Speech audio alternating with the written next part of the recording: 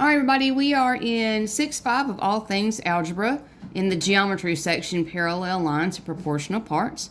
So I just finished part 1. We're now going to roll into part 2. So I'm going to flip this page over and start off with number 7. All right, so I'm looking at number 7, 8, and 9, and they all look the same to me. You're trying to decide if those lines that appear to be parallel are, in fact, parallel. So the answer is going to be yes or a no, but in order to decide that, you have to look at the parts to see if they're proportional or not. So I'm going to do number 7. Follow along with me. I want you guys to try number 8 and number 9 on your own and pause the video as you need. That way you can come back and check just to verify you're doing it correctly. This is how you gain your confidence, is you don't just get the answer from me. You try it yourself at some point, come back and check to make sure you're doing it correctly. Okay, so number 7, I'm going to do the 11 with the 15.4. I don't know why I put an equals there. It should have been right there. The 10 with the 14. All right, and I'm going to simplify those ratios to see if they are the same scale factor. All right, so here we go. 11 over 15.4. And I get a 5/7. And I tell you right now, that's also going to be a 5/7. So they are the same scale. The answer is yes. MN and JL are parallel. Now on number 8 and number 9, I asked you guys to try these yourselves, so I'm going to not really talk my way through, but I will say this. If you're a brand new teacher, you've never taught this before, some students are going to have a hard time with this until you show them to rotate the page. And now they can see that the left and the left and the right will match up. Same thing with number 9. If you're a visual person or you're a brand new teacher, you may have to rotate it kind of upside down to see what goes with what. All right, I'm going to shut up. Try number 8 and number 9 on your own.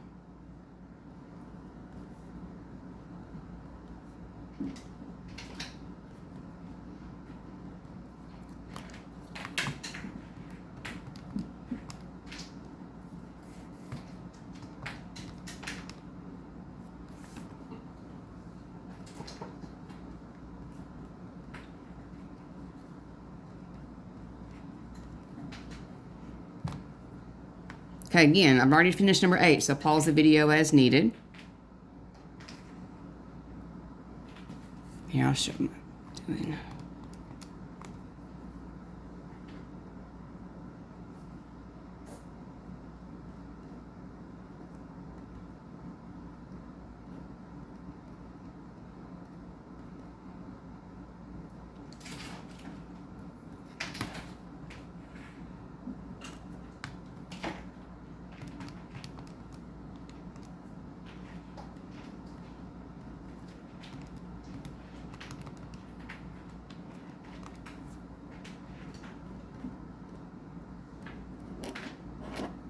All right, I'll finish number 9. So again, check. And if you have a question about this one, remember I had to take the whole JK54, subtract the MK24 in order to find out what added to the 24 to get 54.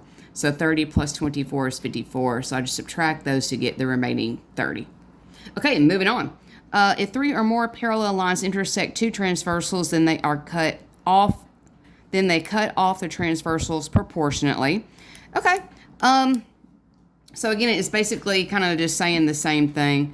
I can set this kind of problem up like 7, 8, and 9, even though it kind of looks like railroad tracks. I think this kind of looks like railroad tracks in perspective.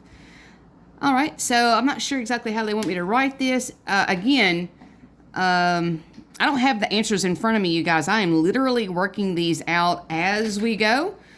So, let's see. If,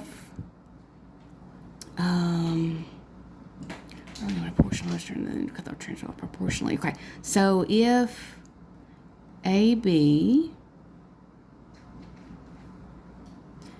skinny 11 is parallel to CD, I'm guessing this is what they want, which is parallel to EF.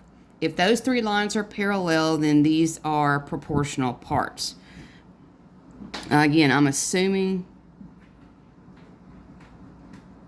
this is what they're asking for. I'm assuming that's what they're asking for. Okay, so I'm going to knock out 10, 11, 12, 13, 14, 15. And looks like they're going to get increasingly more difficult, but it looks like the first four, 10, 11, 12, and 13, are roughly the same. And then we get into these binomials for 14 and 15. So I'll tell you what, to get your confidence up, I'll do 10 and 11. I'll go through those step by step. I want you guys to try 12 and 13 on your own. Pause the video as you need to. Come back and check to verify your answer, not get the answer from me. And we'll pick back up with 14 and 15. All right, there's your game plan. All right, here we go. Number 10. All right, 45 goes over 18. 52 over the x. And I'm going to cross multiply and solve. 45 times x. 18 times 52. 936. So I'm looking for 45 times what is 936. And since I have no clue what that is, I'm going to divide by the 45. Looks like it's going to be 20.8. So this x is 20.8. All right, moving on to number 11. Now again, if you're a visual person, turn it this way. Turn it this way if you need to in order to be able to see. X goes with 14, 30 goes with 12. Not everybody has to do that. Everybody learns differently. But sometimes visual people kind of need to see that.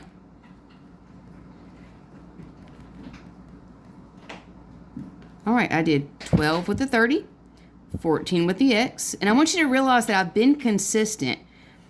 When I did number 10, I did top to bottom, 45 to 18. And I kept it top to bottom, 52 over x. I can't just switch swap there. I can't go top to bottom and then bottom to top. That's when you're going to miss this.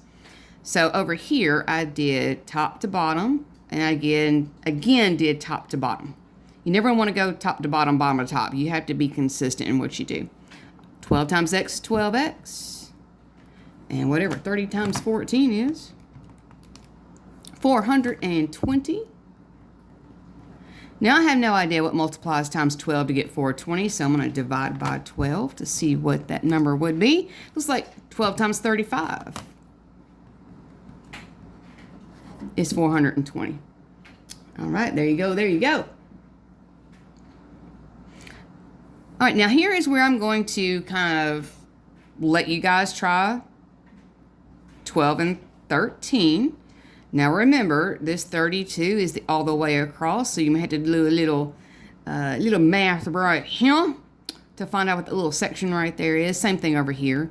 92 is the full, so you may have to do a little math right there to get whatever this little section right there is. All right, take it away, give it a go, pause the video as needed.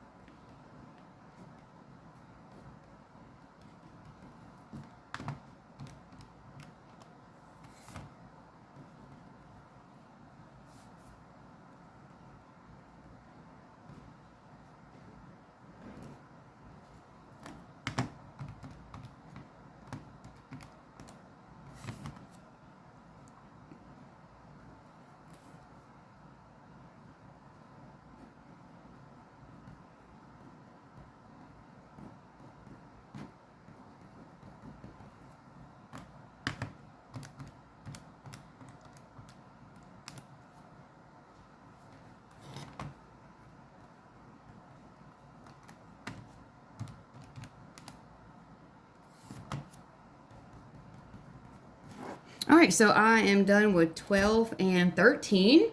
Hopefully you got what I got. The only thing you have to really pay attention to is you have to do these little subtractions here. That's what I meant by doing your math to find out what these little sections are. So 18 and 34 combine to make 32. 28 and 64 combine to make 92. So I had to do a little subtraction to find out what these little sections were just to set my problems up. 14. Well, let's see. The 24 is going to go with the 18. 3x plus 1 is going to go with the 12.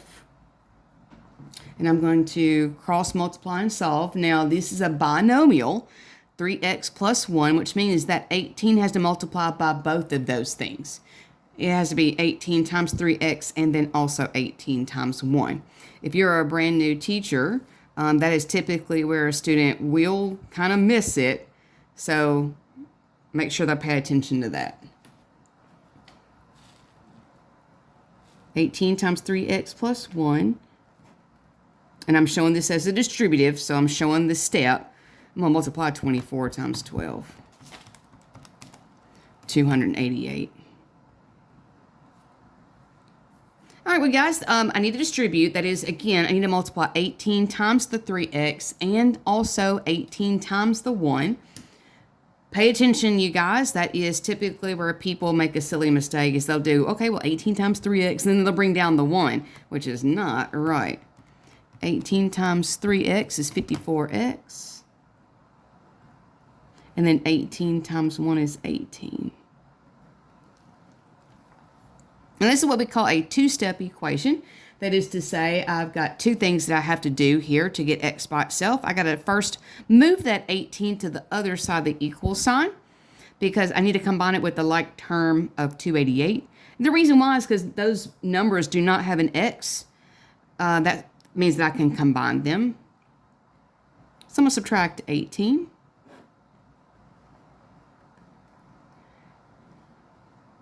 And that gets me 270. And then I'm going to divide by 54. Because I actually am looking for 54 times what is 270. And since I don't know my multiplication tables of 54, I'm going to take 270 and divide by 54. Looks like it's going to be a 5. Okay, so I know my 5 times table is just not that high. Number 15 and last one. All right. Ooh, I got a couple of distributive properties here. And if you're sitting there going, how'd you know that? 2x plus 2 is a binomial. That means I'm going to distribute. X plus 3 is a binomial, which means I'm going to have to distribute. Whoa, hey, girl. You interrupting my video. I love you, but you got to get down. Bye, baby. All right, 15. 2x plus 2 goes with the 21. They're both on the left side. X plus 3 goes with the 12 because they're both on the right side. So I've got two distributives in this problem. I think I'm going to multiply 12 times the 2x plus 2 and 21, I'm out of space, times the x plus 3. All right, two distributives. 12 times 2x is 24x, and 12 times 2 is 24. 21 times x is 21x, and 21 times 3 is a 63. Okay, well, I have a multi-step equation here. And if you've ever heard that term and had no clue what it meant, it means I've got a bunch of steps in order to solve this. I first have to get the numbers that do not have an x combined. Or I can start off by getting the numbers that have an x combined. And that's typically where most math teachers start, is they combine the things that have an x. And I like a shortcut. So I tend to move the smaller number x first. 21 is smaller than 24. And the reason why I like to move the smaller x first is because I'm a shortcut kind of girl. If I move the bigger x, I end up having another extra step. So why would I need to do that? Not always, but sometimes. All right, so 24 minus 21 is a 3x. I'm going to bring down this 24 because I have not done anything with that. And also the 63. So there's one step. Now that I've got my x's combined, I need to combine the things that do not have an x. Subtract 24 to the other side. So 63 minus 24. Oops.